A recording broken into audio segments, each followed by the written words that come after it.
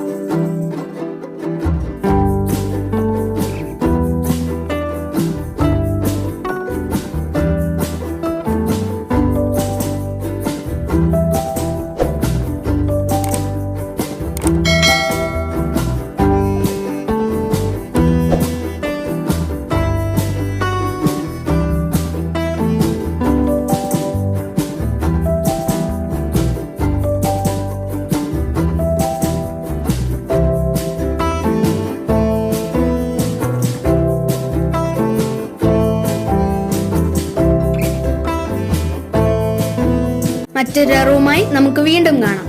അതുവരെ എല്ലാ കൂട്ടുകാരും സുരക്ഷിതരായിരിക്കുക. നന്ദി, നമസ്കാരം.